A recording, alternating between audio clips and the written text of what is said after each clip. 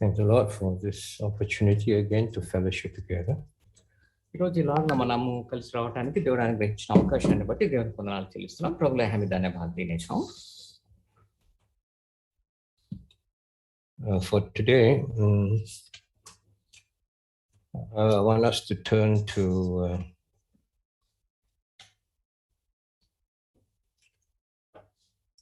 1 Corinthians chapter 2, verse 15. మొదటి కొరింథీయులకు రాసిన పత్రిక 2వ అధ్యాయం 15వ వచనం.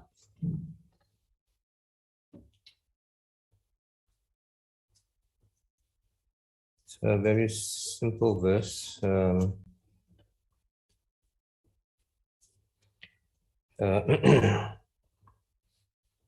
I'll just read the first part, okay? 2 కొరింథీయులకు రాసిన పత్రిక 2వ అధ్యాయం 15వ వచనం. दूसरा కొరింథీ 2 अध्याय को 15 पद पहलो भाग में पढ़ने छौ.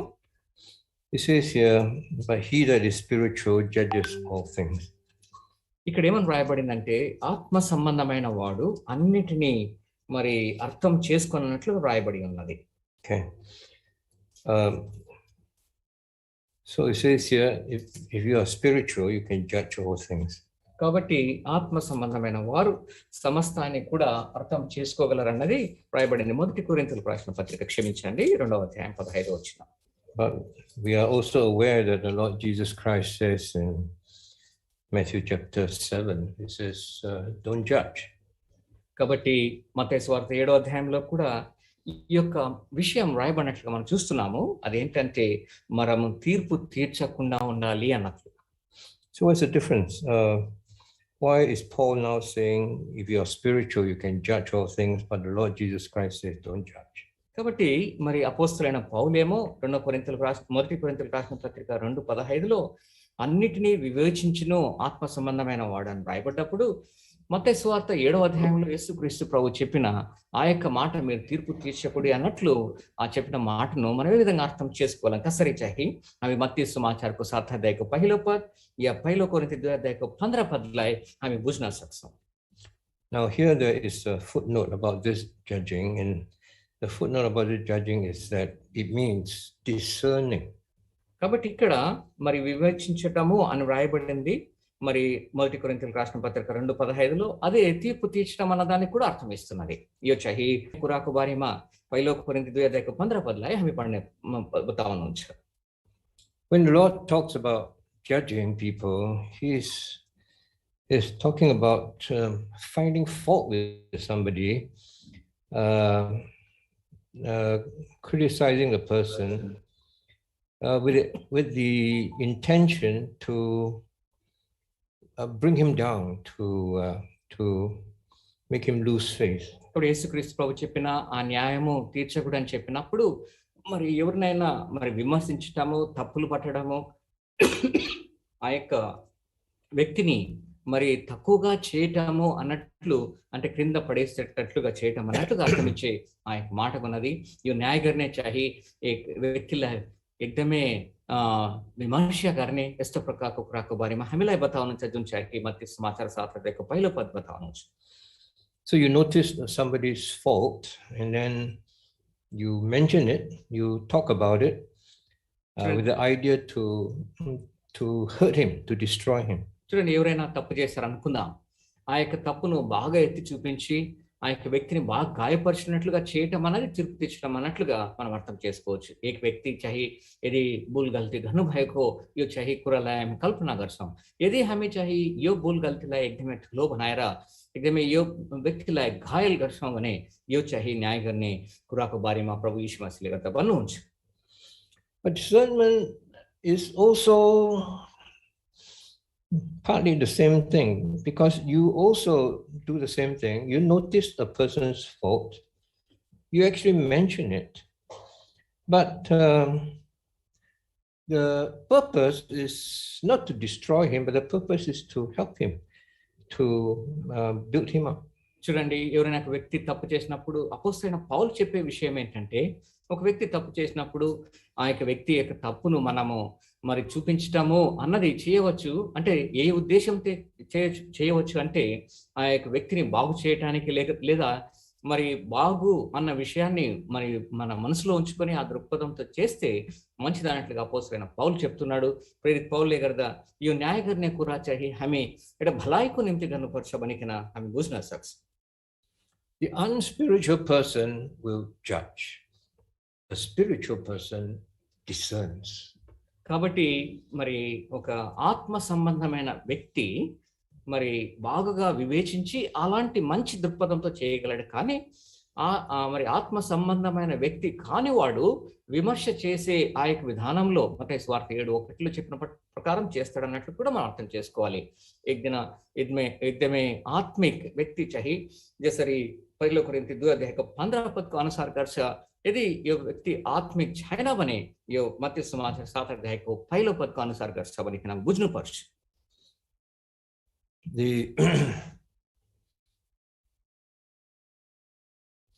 The unspiritual person will use his senses, his eyes, what he sees, what he hears, what he feels, and he uses that judge. But the spiritual person uses a sense that is outside of these 5 senses that we have. It's an inner sense, and he uses the inner sense to discern. కాబట్టి ఈ యొక్క ఆత్మ సంబంధమైన వాడు లోపల అంటే ఆత్మ సంబంధమైన ఆ వివేచన కలవాడై ఆ యొక్క న్యాయము లేదా తీర్పు తీరుస్తాడు. కానీ ఆత్మ సంబంధమైన వాడు కానివాడు తన యొక్క శరీర సంబంధమైన ఆ యొక్క జ్ఞానేంద్రియములతో తప్పుగా తీర్పు తీర్చేవాడుగా ఉంటాడు.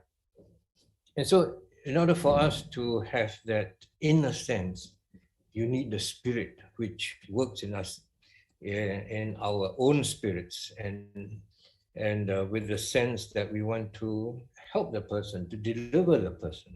మరి లోపల ఆత్మీయమైన జ్ఞానేంద్రియములు లోపలి ఆ యొక్క మరి వివేచనను వాడు ఆత్మ సంబంధమైన వాడుగా ఉంటాడని हामी भित्रपट्टि जब हामी यो आत्मिक ज्ञानलाई हामी प्रयोग गर्छौँ भने एउटा भलाइको निम्ति हामी न्याय गर्ने यस्तो प्रकारको जसरी पौलले भन्नुहुन्छ हामी गर्न सक्छौँ. And it is with the spirit of discernment and not the spirit of judging that we can build up the church. కాబట్టి ఈ యొక్క న్యాయం తీర్పు తీర్చడము అన్న యొక్క దృక్పథంతో కాకుండా తర్వాత వివేచనతో న్యాయం తీర్చడం అన్న దృక్పథంతోనే సంఘాన్ని మనం కట్టగలం. हामी चाहिँ यस्तो प्रकारको आत्मिक तरिकाले गर्दा जसरी पहिलो कोरिन्थी 2:15 को अनुसार जब हामी गर्छौँ यो मण्डलीलाई हामी बनाउन सक्छौँ. मण्डली बढ्दै आउनुहुन्छ. For example, in Acts chapter 5, we have the story of Ananias and Sapphira. ఉదాహరణకి మరి అపోస్తల కార్యముల 5వ అధ్యాయంలో అననీయ సఫీరా వారి యొక్క కథను మనం చూస్తున్నాం. ప్రేరిత 5 అధ్యాయमा అననీయ సఫీరాको बारेमा हामी हेर्छौँ. They sold the property. They wanted to give the proceeds to Peter to help the poor Christians there, but they lied. They said the property was so much, but they said they gave a lesser amount, and they said, yeah, this is the price of the property. వాస్తవానికి వాళ్ళకున్న ఆస్తినంతటిని అమ్మి పేదలకు ఇవ్వాలని వాళ్ళు ఆశించారు. కానీ దాని వెనకలో ఉన్న ఆశ వారు తమ స్వలాభాపేక్ష అంత మాత్రమే కాకుండా మరి సంపూర్ణంగా వాళ్ళు ఏదైతే అమ్మారో దాన్ని దాచిపెట్టుకుంటూ సరిగా మరి దాన్ని అంతటిని మరి స్పష్టంగా మరి చెప్పలేని పరిస్థితుల్లో వాళ్ళు ఉన్నట్లుగా మనం చూస్తున్నాం. అంటే యథార్థంగా ఆ యొక్క విషయాన్ని చెప్పలేకపోయారు అన్నట్లుగా కూడా మనం చూడవచ్చు. Why do people lie? I think they lie because they want to gain something which they don't deserve. చూడండి like recognition or status or something. వారి యొక్క మరి గుర్తింపు కొరకు వాళ్ళ యొక్క స్థాయిని ఎక్కువ చేసుకోవటానికో ప్రజలు అబద్ధములు ఆడుతూ ఉంటారు. किन लोगहरूले गर्दा झुट बोल्नुहुन्छ किनभने उनीहरूको एउटा आफैलाई एकदमै बढाउने काम गर्नलाई यस्तो प्रकारको एक इच्छाको अनुसार उनीहरू चाहिँ गर्छ. त्यसकारणले भुल गल्ती पनि झुट बोल्ने कुरा चाहिँ गर्छ. And we need discernment to detect lies. కానీ అలాంటి మరి అబద్ధములను కూడా అర్థం చేసుకునే లేకపోతే వివేచించే ఆ జ్ఞానం మనకు అవసరం. तर यस्तो प्रकारको झुट कुराको हामी बुझ्ने एउटा ज्ञान पनि हामी आवश्यक छ. God doesn't like falsehood in the church. కాబట్టి పౌలు కూడా మరి సంఘంలో ఒక మరి అలాంటి అబద్ధంతో కూడిన విషయం లేదా మరి అసత్యంతో కూడిన విషయాలు ఇష్టపడని వాడుగా ఉన్నట్లుగా మనం చూస్తున్నాం. ప్రేరిత పౌలు కదా असत्य कुरालाई मण्डलीमा एकदमै हामी प्रोत्साह गर्न सक्दैनौँ भनिकन भन्नुभयो. He wants people to be direct, forthright, honest, to be transparent before everybody. కాబట్టి ఎంతో తేటతెల్లంగా లేకపోతే యథార్థంగా మరి సంఘంలో ప్రతి ఒక్కరు ఉండాలి అన్నది పౌలు యొక్క మరి ఆకాంక్షగా ఆశగా మనం చూస్తున్నాం. प्रेरित पौल ने करता मंडलीमा भएको सबै जना चाहिँ एकदमै यस सत्यताको अनुसार जीवन पर्छ, ईमानदारी बनेर यो आशा चाहिँ प्रेरित पौलले गर्दा राख्नु भयो. And so it is the Spirit of God that enabled Peter to see this person is lying. కాబట్టి మరి ఎవరైతే ఆత్మీయంగా ఉంటారో ఉదాహరణకి పేతురు కూడా అలాంటి ఆత్మ సంబంధమైన వివేచన కలవాడై ఆ యొక్క ఇద్దరు అబద్ధం ఆడారన్నట్లుగా అర్థం చేసుకోగలిగాడు. तर प्रेरित पत्रसले गर्दा यो दुईजना चाहिँ झुट बोल्नु भएको यो कुरालाई आत्मिक यो ज्ञानको द्वारा बुझ्नु भयो. And so he was punished for it. His punishment was death, but the death came from God himself. That Peter didn't say execute this guy. God himself struck him with death. చూడండి, పేతురు అయితే మరి ఎందుకు అబద్ధం ఆడారన్నట్లుగా మరి అక్కడ చెప్తున్నాడు. కానీ దేవుడే వారిపైన ఆ యొక్క శిక్ష వేసి మరి తీర్పు తీసుకుని వచ్చినట్లుగా మనం చూస్తున్నాం. प्रेरित पत्रसले गर्दा यो कुरा बुझेर यस्तो प्रकारको भन्नुभयो मात्रै, तर प्रभुले गर्दा एक न्यायको दण्ड चाहिँ उनीहरुमाथि ल्याउनु भयो. So this is very important. There must be honesty in the church. We are very forthright with one another. God doesn't tolerate falsehood in the church. చూడండి, మనము సంఘంలో యథార్థంగా ఉండటము అన్నది అంటే ముందుగానే సమస్తాన్ని బాగా తేటతెల్లంగా మనం అందరితో పంచుకోవటం అన్నది దేవుడు కోరుకునేది. కానీ మరి అబద్ధం అసత్యం అన్నది దేవుడు సంఘంలో ఉండటం అన్నది కోరుకోడు. పౌలు కూడా అదే చెప్తున్నాడు. परम प्रभुले गर्दा एउटा सत्यता कुरा मण्डलीमा भएको प्रभुका लोकहरू पनि यो गर्नुपर्छ भनिकन आशा गर्नुहुन्छ. Then in Acts chapter 15 we have this council of Jerusalem and this is now a doctrinal issue. చూడండి, అపోస్తల కార్యములు 15వ అధ్యాయంలో ఒక మరి వాళ్ళందరూ కూడా కలిసి వచ్చిన ఒక సంఘటన మనం చూస్తున్నాం. అది వారి బోధన గురించిన ఒక ప్రాముఖ్యమైన విషయంగా మనం చూస్తున్నాం. प्रेरित 15 अध्यायमा पनि यस्तो प्रकारको घटना एउटा शिक्षाको बारेमा एउटा ठुलो समस्या आयो, यो कुरालाई हामी पाउँछौँ. A group of Jewish Christians, their background is the law, and so they wanted to impose the law amongst the Gentile Christians also, circumcision and all the festivals and so on. అదినాల్లో మరి సంఘంలో కూడా కొంతమంది యూదులు మరి ఉండేవారు. వారు పాత నిబంధన గ్రంథంలోని ధర్మశాస్త్ర సంబంధమైన యూద మతంను వాళ్ళు అవలంబించేవాళ్ళు. కాబట్టి పాత నిబంధనకు సంబంధమైన విషయాలన్నింటినీ కూడా, ఉదాహరణకు సున్నతి అన్నట్లుగా ఆ ఆచారాలన్నింటినీ కూడా అన్యజనులైన వారు ఎవరైతే దేవుని నమ్ముకున్నారో వాళ్ళు కూడా చేయాలని వాళ్ళని ఎక్కువగా బలవంత పెట్టేవాళ్ళు. ఆ యొక్క విషయాలు మనం చూస్తున్నాం. పురాణ నియమకు అనుసాर यहूदीहरूले गर्दा नयाँ विश्वासीहरूलाई नयाँ करारको अनुसार एकदमै घटनाको यो कुराहरू गर्नुपर्छ भनिकन एउटा जोर चाहिँ उनीहरूको माथि ल्याउनु भयो. But Paul is very clear. The New Testament is something separate from the Old Testament. We cannot mix the two. కాబట్టి పౌలు అయితే మరి పాత నిబంధన గ్రంథంలోని విషయాలు కొత్త నిబంధన గ్రంథంలోని విషయాలతో మనము కలిపి చూడకూడదు. కానీ అవి ప్రత్యేకమైన విషయాలు, వేరైన విషయాలను కూడా చెప్తూ వచ్చాడు. प्रेरित पौलले गर्दा यो पुरानो नियमको कुरालाई हामी नयाँ नियममा ल्याउन सक्दैनौँ भनिकन यो कुराहरू जो चाहिँ धर्म यो यहुदी युदाहरूको यो सम्बन्धमा भन्ने कुरा चाहिँ हामी ल्याउन सक्दैनौँ भनिकन भन्नुभयो. The law can never save a person. Only the the offering, the sacrifice of the Lord Jesus Christ on the cross. That is the only thing that can save us. కాబట్టి ధర్మశాస్త్రం అన్నది ఎవరిని కూడా రక్షించలేదు, ఆచారములు అన్నవి మనకు రక్షణ తీసుకురాలేవు. కానీ యేసుక్రీస్తు ప్రభు ఆయన చేసిన శిలువ కార్యం ద్వారానే ఒక వ్యక్తి రక్షింపబడగలడు. व्यवस्था को अनुसार कोई पनि उद्धार पाउन सक्दैन, तर प्रभु यीशु मसीहको बलिदानको द्वारा मात्रै हामी उद्धार पाउन सक्छौँ. And so Paul spoke very firmly during the council in Jerusalem that you don't mix the Old Testament with the New Testament. కాబట్టి యెరూషలేములో వాళ్ళందరూ కలిసి వచ్చినప్పుడు పెద్దలంతా కూడా దయచేసి మీరు ఈ యొక్క యూదా మత సంబంధమైన పాత నిబంధన సంబంధమైన విషయాల్ని మరి కృత నిబంధనలోని ఆ యొక్క విషయాలతో మీరు కలపవద్దని చెప్తూ వచ్చాడు.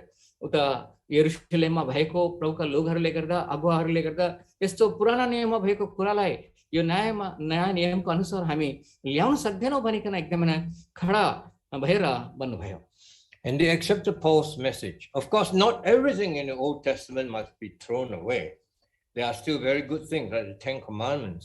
But as far as the foundation of our faith is concerned, you cannot mix the Old Testament with the New Testament. కాబట్టి పాత నిబంధన గ్రంథంలోని అనేకమైన విషయాలు మనకు మేలైన విషయాలు ఉన్నాయి. ఉదాహరణకి 10 ఆజ్ఞలు అన్నట్టుగా. కానీ పాత నిబంధన గ్రంథంలోని ఆ ఆచారములతో కూడిన విషయాల్ని మనం కృత నిబంధనలోనికి తీసుకొని రాకూడదని పౌలు ఎంతో స్పష్టంగా ఆ యొక్క విషయాల మధ్యలో ఉన్న తారతమ్యాన్ని చెప్తూ వాటిని గురించి బోధిస్తూ వచ్చాడు. प्रेरित पौलले गर्दा एकदमै स्पष्ट रीतिले गर्दा यो पुरानो नियम भएको कुरालाई एकदमै एकदम राम्रो छ हाम्रो निम्ति यो 10 आज्ञाहरू पनि, तर यो उता भएको एउटा यो बलिदानहरूको बारेमा रीतिरिवाजहरूलाई हामी नयाँ नियममा चाहिँ हामी ल्याउन सक्दैनौँ भनिकन स्पष्ट रीतिले गर्दा भन्नुभयो. A word of warning now. I'm just wondering whether we are still mixing Old Testament with New Testament. కాబట్టి ఇప్పుడు మనకందరికి కూడా ఒక హెచ్చరిక ఏంటంటే మనం పాత నిబంధన గ్రంథంలోని ఆచారములను కృత నిబంధనలోనికి తీసుకుని వస్తున్నామా? हामी चाहिँ एउटा हामी बुझ्नुपर्ने कुरा चाहिँ के हामी यो पुरानामा भएको कुराहरूलाई हामी नयाँ नियममा ल्याउँछौँ. The Old Testament talks about the physical blessings, and that is for Israel. And I'm just wondering whether we are still a little bit mixed up about physical blessings and also the curses of the Old Testament. కాబట్టి మనం ఎప్పుడు కలిసి వచ్చినప్పుడల్లా నాకు ఆశ్చర్యం కలిగజేసే ఒక విషయం ఏంటంటే పాత నిబంధన గ్రంథంలో ఆ భౌతిక సంబంధమైన ఆశీర్వాదం గురించి మాత్రమే వాళ్ళు ధ్యాస కలిగి ఉండేవాళ్ళు. మనం ఏమైనా అలాంటి ధ్యాస మాత్రమే అంటే భౌతిక సంబంధమైన ఆశీర్వాదములు లేకపోతే వాటిపైన మన యొక్క ధ్యానం ఉంచుతున్నామా అన్నట్లు నాకు అనుమానం వస్తుంది. हामी के पुरानो नियमको अनुसार यो भौतिक रूपमा भएको आशिष या कुराहरूलाई धन सम्पत्तिको बारेमा मात्रै हामी ध्यान गर्दछौँ या हामी आत्मिक कुराहरूमा हामी ध्यान लगाउँछौँ भनिकन एउटा शङ्का हाम्रो जीवनमा पनि आउँछ. मण्डलीमा चाहिँ के यस्तो प्रकारको हामी गर्छौँ? Many preachers still preach if you do this, that, and the other, you will receive many physical blessings like wealth and health and all that. There's nothing wrong with that, but be very careful. కాబట్టి చాలా మంది మరి ధనము లేదా ఆరోగ్యము ఇలాంటి వాటిపైన ఎక్కువగా వాళ్ళ యొక్క మరి ధ్యాస ఉన్నట్లుగా వాళ్ళ యొక్క మరి మాటలు బోధ ఉన్నట్లుగా మనం చూస్తున్నాం. దానిలో తప్పు లేకపోయినప్పటికీ దాని గురించిన జాగ్రత్త మనం వహించాలి. हामी चाहिँ धेरैजना चाहिँ यस्तो प्रकारको यो बाहिर कुराहरूमा धन सम्पत्ति या यस्तो प्रकारको कुराहरूमा ध्यान लगाउँछ, तर यसमा चाहिँ के भुल गल्ती होइन, तर हामी एकदमै होशियार हुनुपर्छ. The New Testament, a very large part of the New Testament is about laying up treasure in heaven, about denying yourself, about suffering for Christ. So there are a lot of parts of the New Testament that are very different from the Old Testament. కృత నిబంధన గ్రంథంలోని అనేకమైన మాటలు పాత నిబంధన గ్రంథంలోని మాటలకు భిన్నంగా మనం ఉన్న చూడవచ్చు. అదేంటంటే మన పరలోకంలో ధనాన్ని సమకూర్చుకోవటము, లేకపోతే యేసుక్రీస్తు ప్రభు కొరకై శ్రమలను అనుభవించటము, లేదా మనల్ని మనము మరి త్యజించుకోవటం అన్న విషయాలు ఎక్కువగా స్పష్టంగా చెప్పబడుతూ వచ్చాయి. नयाँ नियममा चाहिँ हामी चाहिँ यो स्वर्गमा धन चाहिँ हामी कमाउने या हामी आफैलाई एकदमै इन्कार गरेर जिउने, तर हामी चाहिँ यस्तो प्रकारको प्रभुको निम्ति दुःख उठाउने यस्तो कुरा नयाँ नियममा हामी पाउँछौँ। Another thing about the New Testament is take up your cross, follow Jesus. Okay, not just observe rituals and the festivals and then hope to obtain blessings. Take up your cross. All right. కాబట్టి క్రొత్త నిబంధనకు మరి కొత్త నిబంధన ఆధారంతో మనం చెప్పే మాటలు ఏంటంటే మనం సిలువను ఎత్తుకొని దేవుని వెంబడించటము, అంత మాత్రమే కాకుండా మరి దేవుని వైపు మరి ఆయన పైన మనం ఆధారపడుతూ జీవించటము అన్నట్లుగా మనం చూస్తున్నాము. అప్పుడు అంటే అది మరి ఈ యొక్క కృత నిబంధన గ్రంథంలో మనకు చెప్పబడే మాటలుగా ఉన్నాయి. हामी नयाँ नियममा चाहिँ हाम्रो क्रुस उठाएर हामी प्रभुको पछि हामी पछ्याउने कुरालाई एकदम स्पष्ट रीतिले गर्दा हामीलाई बताउनुहुन्छ। This message of receiving all kinds of earthly blessings is a very subtle message, and we need discernment to see the difference between the two. కాబట్టి ఈ లోక సంబంధమైన ఆశీర్వాదములు, ధనము, ఆ యొక్క విషయాల గురించి ఎప్పుడైనా మనం మరి వింటూ వచ్చినప్పుడు, లేకపోతే అలాంటి బోధలు ఉన్నప్పుడు అవి వాటి వెనకలో ఉన్న ఆ యొక్క విషయాల్ని మనం ఆత్మతో వివేచించే వాళ్ళంగా మనం ఉండాలన్నట్లు మనం చెప్పబడుతున్నాం। हामी चाहिँ यो धन सम्पत्ति, यो भौतिक कुराहरूको बारेमा, आशिषको कुराहरूको बारेमा जब हामी सुन्छौँ, यस्तो प्रकारको शिक्षा पनि हामी पाउँछौँ। हामी एकदमै होशियार हुनुपर्छ, आत्मिक रीतिले गर्दा यो जाँच्नुपर्छ पनि। So we need discernment to distinguish between what is doctrinal, New Testament doctrine, and what is not doctrinal. కాబట్టి మనము బాగా అర్థం చేసుకోవాల్సిన విషయం ఏంటంటే క్రొత్త నిబంధనకు సంబంధించిన మాటలు, తర్వాత దాని గురించిన బోధను మనం బాగా అర్థం చేసుకునే వాళ్ళంగా ఉండాలి। हामी चाहिँ यो नयाँ नियममा भएको एउटा शिक्षा, नयाँ नियम हामीलाई सिकाउने कुराहरूको बारेमा एकदमै राम्रो गरिकन हामी बुझ्नुपर्छ। And then in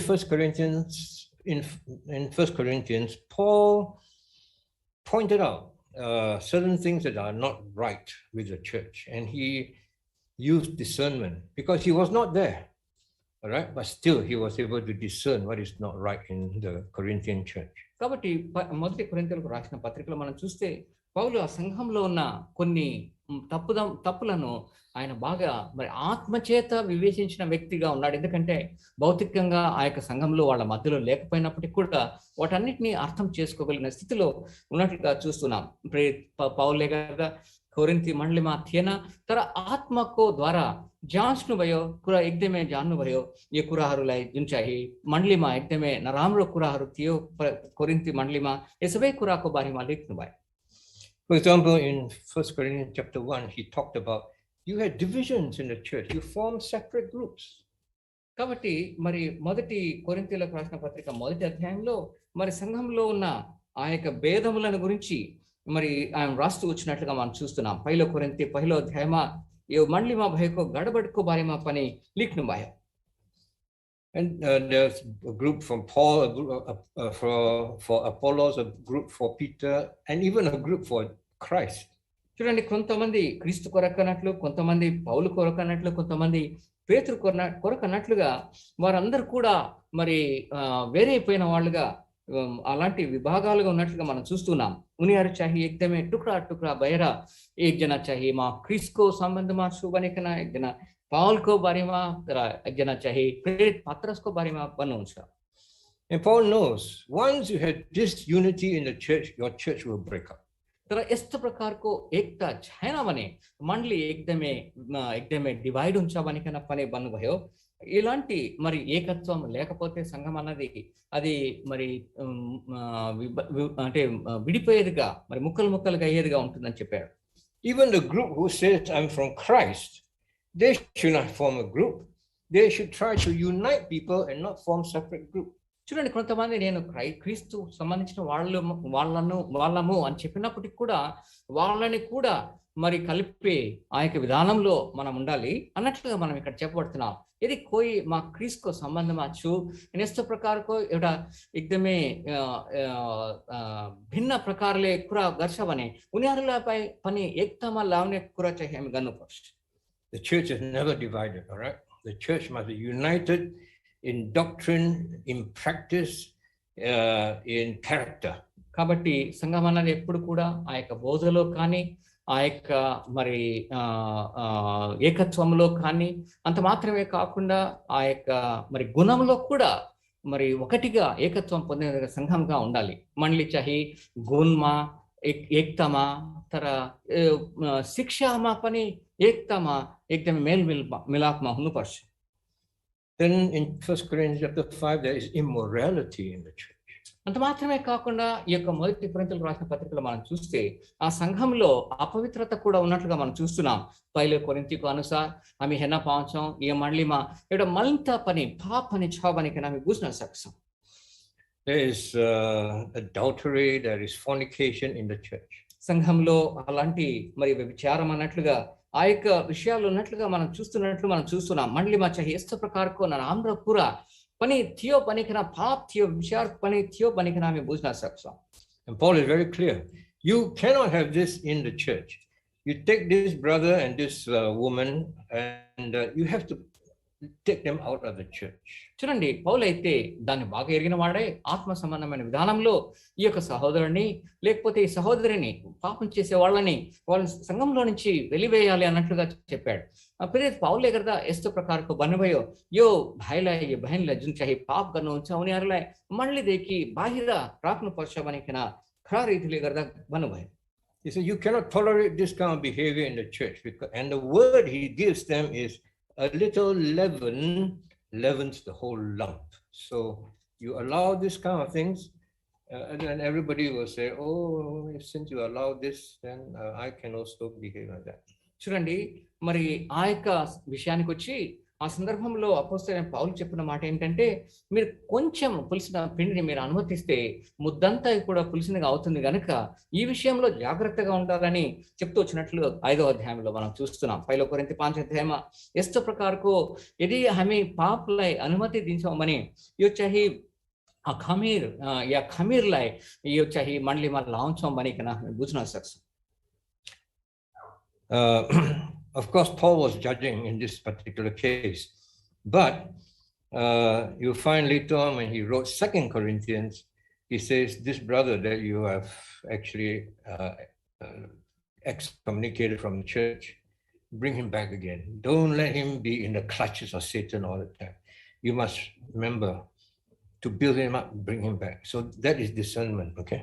కాబట్టి మన అపోస్తలుడైన పౌలు ఈ యొక్క సందర్భంలో బాగుగా న్యాయం చేసేవాడుగా మనం చూడవచ్చు. కానీ 2వ కొరింథీయులకు రాసిన పత్రికకు మనం వస్తే 2వ అధ్యాయంలో అక్కడ ఏం చూడవచ్చు అంటే ఏ వ్యక్తి అయితే పాపం చేశాడో ఆ యొక్క వ్యక్తి తిరిగి పశ్చాత్తాపంతో వచ్చినప్పుడు ఆ వ్యక్తిని మీరు దయచేసి చేర్చుకోనండి, ఆ యొక్క వ్యక్తికి మరి ఓదార్పుని ఇవ్వాలి అన్నట్లు కూడా చెప్తూ వచ్చినట్లు మనం చూడవచ్చు. हामी चाहिँ प्रेरित पाउलले गर्दा यस्तो प्रकारको न्याय गर्नुभएको कुरालाई हामी 1 कोरिन्थी 5 अध्यायमा पाउँछौँ. तर जब हामी 2 कोरिन्थी 2 अध्यायमा आउँछौँ यो व्यक्तिको बारेमा एकदमै 10 र 11 पदहरूमा हामी चाहिँ हेर्न पाउँछौँ यो व्यक्तिलाई क्षमा गर्नुपर्छ, यो व्यक्तिको उन्नतिको बारेमा हामी प्रयास गर्नुपर्छ भनिकन पनि यो प्रेमसित व्यवहार गर्ने कुरा पनि हामी पाउँछौँ. And then in 1 Corinthians 11, this is something we're very familiar with, and it's about the Lord's meeting. And the Lord's meeting he's talking about is the breaking of bread service. కాబట్టి మనము మరి ఆ విధంగా ధ్యానం చేస్తూ 11వ అధ్యాయంకి వచ్చేటప్పుడు 1 కొరింథీ 11కి వస్తే అక్కడ మరి దేవుని యొక్క బల గురించి అంటే ఈ యొక్క మరి రొట్టె దేవుని అంటే ద్రాక్షారసం దాని గురించిన ఆ యొక్క విషయాన్ని మనం చూస్తూ ఉన్నాం. हामी चाहिँ जब हामी 1 कोरिन्थी 11 अध्यायमा आउँछौँ प्रभुको मेषको बारेमा हामी पाउँछौँ. And Paul is very clear. When you come before the Lord, you come before the Lord respectfully. In their case, in the breaking of bread meeting, some are eating full, getting drunk, some got nothing to eat. And so Paul is criticizing them and reminding them about the Lord's Supper. కాబట్టి మరి ఆ యొక్క రొట్టెను విరవడానికి వచ్చినప్పుడు మీరు చాలా జాగ్రత్తగా ఉండాలని చెప్తూ అపోస్తలుడైన పౌలు ఏం చెప్తున్నాడంటే మీరు దేవునిలో పాలు భాగం పొందుతున్నారు కనుక మరి ఆ యొక్క రొట్టె విరిచే సమయంలో మరి కలిసి రావాలని ఆయన కోరుకుంటున్నట్లుగా మనం చూస్తున్నాం. हामी चाहिँ जसरी प्रेरित पौलले गर्दा भन्नुभयो हामी चाहिँ जब रोटी यो तोड्नलाई जब आउँछौँ भने एकतामा हामी ल्याउनुपर्छ, एकदमै होसियारसँग हामी चाहिँ आउनुपर्छ भनिकन पनि लेख्नुभयो. I heard one brother mention now that we are not all gathering physically in a meeting. We have Zoom, and the brother says, there are some of you who are watching Zoom in your pajamas. You are lounging on your sofa. Maybe you are eating or chewing something. He said that's disrespectful regarding the Lord's meeting. కాబట్టి ఒక సహోదరుడు ఈ విధంగా చెప్తూ వచ్చి నేను విన్నాను. మీరు అంటే ఈ దినాల్లో మనం భౌతికంగా ఇలాగ రాలేకపోతున్నాము, ఆన్లైన్లో జూమ్లో మనం కలిసి వస్తున్నాం కనుక ఆ సహోదరుడు చెప్తూ వచ్చాడు, కొంతమంది మీరు పైజామాలు వేసుకొని వస్తున్నారు, కొంతమంది మీరు సోఫాలో కూర్చున్నారు, కొంతమంది మీరు తింటున్నారు, కొంతమంది మీరు మిగతా పనులన్నీ చేస్తూ ఈ యొక్క దేవుని యొక్క సన్నిధిలో ఉన్నారు. అది సరైనది కాదు, అది ఎంతో అక్రమమైన విషయం అని మరి దేవుని యొక్క వాక్యం ద్వారా మనం అర్థం చేసుకోవచ్చు. हमें प्रभु को वचन को आधार में ई दिनारों में चाहिए, हमें जूम में सेवा गर्छौं न तरह पनि हमें चाहिए पैजामा हमें आउने त्यहाँ खाना खाएर यस्तो प्रकारको गर्ने एकदमै यस्तो चाहिए प्रभुको उपस्थितिमा बस्न सक्दैनौँ भनिकन हामी प्रभुको वचनद्वारा हामी बुझ्न सक्छौँ. When we come before the Lord and we are in a meeting before Him, be respectful. Don't treat the meeting, even though you're at home, don't treat the meeting like as if it is some social gathering or something like that. దయచేసి అలాగున మనం ఒకవేళ ఇళ్లలో ఉన్నప్పటికీ కూడా ఈ యొక్క కూడికల్లో మనం కూర్చున్నప్పటికీ కూడా ఇదేదో మనం మరి అంత మరి తేలికగా మనం తీసుకుని దేవుని యొక్క సన్నిధిలో మనం ఉండటానికి మనం జాగ్రత్త పడదాం. हामी चाहिँ एकदमै होशियारसँग प्रभुको उपस्थितिमा हामी सेवा गर्नलाई बस्ने यो पनि हामी एकदमै डरभयसँग हामी गर्नुपर्छ. So whenever we come to the Lord's meeting, have the spirit of worship. కాబట్టి దేవుని యొక్క సన్నిధికి బల్ల చుట్టూ చేరి వచ్చినప్పుడల్లా దయచేసి ఆరాధన భావాన్ని మనం కలిగి ఉన్నాం. प्रभुलाई उपासना गर्नुपर्छ भनिकन एउटा यो चाहिँ चाहना गरेर प्रभुको उपस्थितिमा हामी आउनुपर्छ. You know, we see discernment from two different people, Paul and Barnabas, regarding this young man called John Mark. ఒక సందర్భంలో మరి అపోస్తలులైన పౌలు బర్నబాకు కూడా వాళ్ళ మధ్యలో వచ్చిన ఒక తేడాలు మనం చూస్తున్నాం. ఆ యొక్క విషయము జాన్ మార్క్ అన్న యవనస్తుని గురించిన విషయంలో మనం చూడవచ్చు. యోహन्ना मार्क योहन्ना को बारेमा प्रेरित पत्रस या बर्नबास को बीच में चाहिँ एउटा भिन्नता आयो. At their first missionary journey, Paul and Barnabas went. John Mark went with them. కాబట్టి మొదటి ఆ యొక్క స్వార్థ దండయాత్రలో పౌలు బర్నబాలు ఇద్దరు కలిసి ఆ యొక్క యాత్ర చేశారు. వాళ్ళతో పాటు మరి యోహాన్ కూడా మార్కు అని మారు పేరు కలిగిన ఆ యొక్క మరి యోహాన్ కూడా వెళ్ళినట్లుగా మనం చూస్తున్నాం, మార్క్ వెళ్ళినట్లుగా మనం చూస్తున్నాం. मार्कले गर्दा प्रेरित पावल या बर्नबासँग पहिलो समाचारको यात्रामा गयो. Halfway Mark left them. కానీ మరి దారిలో వాళ్ళిద్దరిని కూడా విడిచిపెట్టినట్లుగా మార్క్ మనం చూస్తున్నాం. మార్క్ले गर्दा प्रेरित पत्रस पावललाई या बर्नबालाई छोडेर गयो. We can only surmise probably he can't take the hardship, all the persecution, all the anger and the hatred against Paul and Barnabas. I think he was a young man, so maybe he couldn't take it.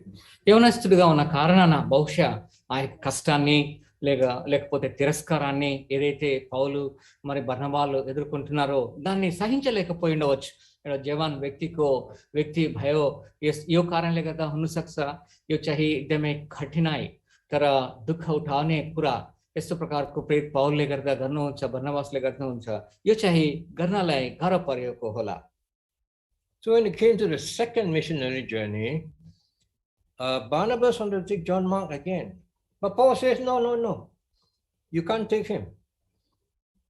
మరి రెండవసారి వాళ్ళు స్వార్థ దండయాత్రకు వెళ్ళినప్పుడు Barnabas ఏమన్నాడంటే మనం mark కూడా వెంట పెట్టుకుని వెళ్తామంటే पौल దానికి ఒప్పుకోలేదు. तर दोस्रो यो सुसमाचारको यात्रामा चाहिँ जब बर्नबासले गर्दा भने यो हामी मार्कलाई पनि लिएर जान्छौँ भने त्यति बेला प्रेरित पौलले गर्दा एकदमै यस्तो प्रकारको हामी गर्न सक्दैनौँ भनेकन भन्नुभयो. So here you see discernment between two very spiritual people, but their discernment different. కాబట్టి ఇక్కడ ఇద్దరు ఎంతో ఆత్మీయమైన వ్యక్తులు మనం చూస్తున్నాం. వాళ్ళిద్దరి మధ్యలో ఉన్న తేడాలను కూడా మనం గమనించవచ్చు. दुईजना यता छ तर पनि उनीहरूको यो आत्मिक यो जाँच्ने कुरा चाहिँ भिन्न प्रकारले गर्दा छ. So, unfortunately, they separated.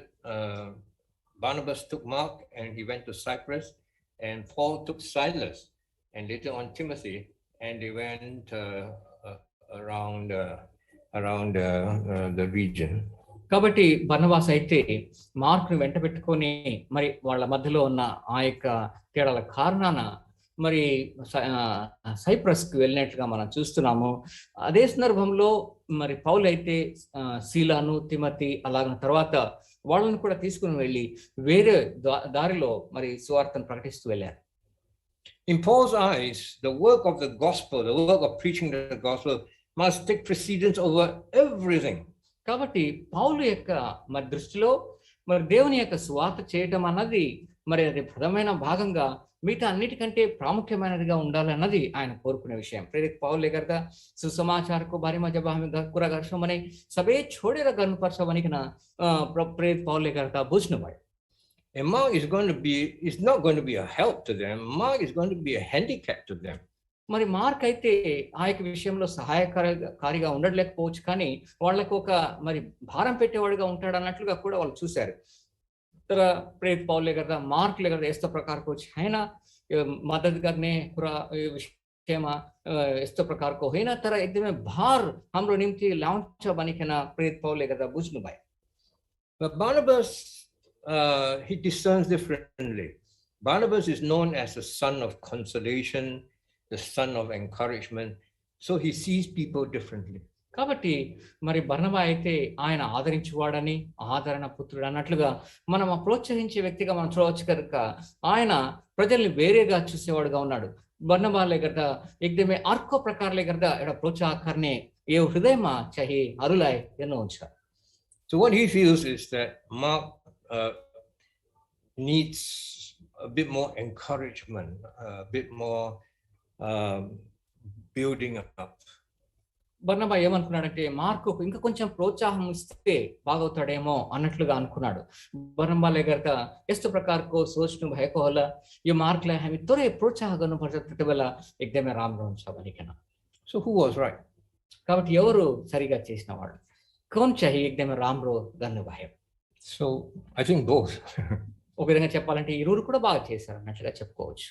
God used Paul and Silas mightily as they travel around the region preaching the gospel. కాబట్టి దేవుడు ఇరువురిని కూడా బహుగా మరి గంభీరంగా వాడుకున్నట్లుగా మనం చూడవచ్చు. एकदमै गम्भीरसित प्रभुले गर्दा व्यवहार गर्नुभयो, ल्याउनुभयो. And I don't think they missed somebody like Mark. కాబట్టి ఆ యొక్క మార్కును వాళ్ళు పోగొట్టుకోకుండా ఉన్నట్లు మనం చూస్తున్నాం. ఉनीहरु चाहिँ మార్క్लाई एकदमै गुमाएको छैन.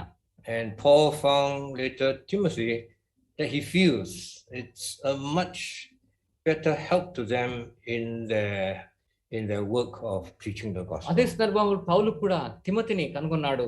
మరి ఆ యొక్క వ్యక్తి తనకు ఎంతో సహాయకారిగా ఉన్నట్లుగా కూడా చూశాడు. यही प्रकारले गर्दा पौल पनि तिमीलाई भेट्नुभयो. यो चाहिँ एकदमै प्रभुमा चाहिँ सेवा गर्नलाई यो सहायकारी जस्तो यो एकदमै भेटाउनु भयो. What happened to Mark then? కానీ మార్క్ ఏమైంది? तर మార్క్लाई के भयो? We don't hear anything about him. ఆయన గురించి మనము ఏమి చదవం కానీ ఎక్కువగా, but we do hear something of him later. కానీ తర్వాత ఆయన గురించి చాలా వినవచ్చు. तर पछि चाहिँ मार्कको बारेमा हामी धेरै कुरा हामी सुन्न सक्छौं. If we look at 2 Timothy, రెండవ తిమోతికి రాసిన పత్రిక మనం చూస్తే दोस्रो తిమోతిमा आउनु होला. 2 Timothy chapter 4. రెండవ తిమోతి 4వ అధ్యాయం, दोस्रो తిమోతి 4 అధ్యాయमा आउनु होला. Verse 11. 11వ వచనం 11 పదలే. Paul is now in prison. ఇప్పుడు పౌలు ఏమో ఖైదీ చెరసాల్లో ఉన్నాడు. పౌల్ चाहिँ ఖైదీमा छ. And he says in verse 11, only Luke is with me. तर भन्नुहुन्छ केवल लुक मात्रै मेरोसँग छ भनिकन. तर यो 11 पदमा दोस्रो तिमोथी 4 अध्याय 11 पदमा लुकका बारेमा पनि मात्रै कुरा गर्छ. And then he adds, this is what he tells Timothy, yeah? And take Mark and bring him with you, for he is profitable to me for the ministry. చూడండి 11వ వచనంలో మార్కును వెంట పెట్టుకొని రమ్ము, అతడు పరిచారం నిమిత్తం నాకు ప్రయోజనకరమైన వాడన్నట్లుగా రాస్తున్నాడు. तर प्रेरित पौलले गर्दा लेख्नुहुन्छ मार्कको बारेमा, मार्कलाई पनि लिएर आउनु होला किनभने यो चाहिँ एकदमै एउटा उपयोगी पात्र छ भनिकन लेख्नु भयो। So Paul is telling Timothy, when you come and visit me, don't come alone. Bring Mark with you కాబట్టి because he is profitable to me. కాబట్టి తిమోతికి రాస్తూ ఆయన అంటున్నాడు, నువ్వు ఒక్కడివిగా నన్ను కలవటానికి నా దగ్గరికి వచ్చినప్పుడు దయచేసి ఒంటరిగా రాకుండా మార్కును కూడా నీతో పాటు తీసుకొని రమ్మని చెప్తున్నాడు। तर प्रेरित पौल ले गर्दा मार्कलाई पनि लिएर तिम्रो साथमा ल्याऊ भनिकन किनकि सेवाको निम्ति उनी मेरा लागि उपयोगी छन् भनिकन लेखिएको छ। This is the same Mark that Paul rejected earlier on. కాబట్టి ఈ మార్క్‌నైతే మరి పౌలు ముందు వదిలిపెట్టేశాడు, మరి ఆ తర్వాత మరి పొందాడు। ఆ యొక్క మార్క్ గురించి మనం చూస్తున్నాం। यो मार्क चाहिँ एउटै हो। यो मार्कलाई प्रभु सुरुमा प्रेरित पौलले गर्दा इन्कार गर्नुभयो, तर अब चाहिँ फेरि एकदमै स्वीकार गर्नुभयो। But later on, Paul realized that Barnabas actually did a good job on Mark, and he has transformed him from some useless, aimless young man to be a very purposeful, a very goal-oriented young man. కాబట్టి mark బర్నబాని గురించి మరి ఈ విధంగా అనుకునేవచ్చు। బర్నబా మార్క్ను ఎంత అంటే పౌలు బర్నబా మార్క్ను బాగా మార్చివేసి ఈ యొక్క మరి యవనస్తుని మార్చివేసినట్లుగా ఆ యొక్క వ్యక్తిని బాగు చేసినట్లుగా కూడా మనం చూస్తూ వస్తున్నాం। ప్రయోజనకరమైన వాడిగా ముందు లేకపోయినప్పటికీ ఇప్పుడు ప్రయోజనకరమైన వాడుగా అయినట్లుగా మనం చూస్తున్నాం। बर्नबाले गर्दा यो मार्कको जीवनमा काम गर्नुभयो, बोझ उठाएर, तर यो मार्कको यो जवानको व्यक्तिको जीवनलाई एकदमै परिवर्तनमा ल्याउनलाई प्रयास गर्नुभयो भनिकन हामी बुझ्न सक्छौँ। And so Paul's discernment of Mark changed, and it is a good sign, very honest of him to say, Mark is now a different person, I can use him. కాబట్టి చూడండి, మరి పౌలు ఏదైతే తను ఇప్పుడు మరి తెలుసుకుంటున్నాడో ఆ వివేచన అన్నది అంటే భిన్నమైన రీతిలో మనం చూస్తున్నాం।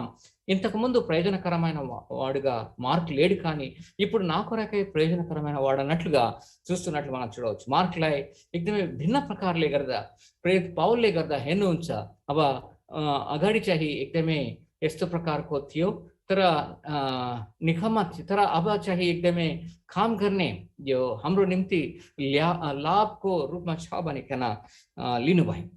And later on, it was Mark who wrote the Gospel of Mark. చూడండి, ఆ తర్వాత మనం చూస్తే మార్కే ఈ యొక్క సువార్తను రాసినట్లుగా కూడా మనం చూడవచ్చు। ఈ మార్క్లే गर्दा यस समाचारलाई पनि लेख्नुभयो।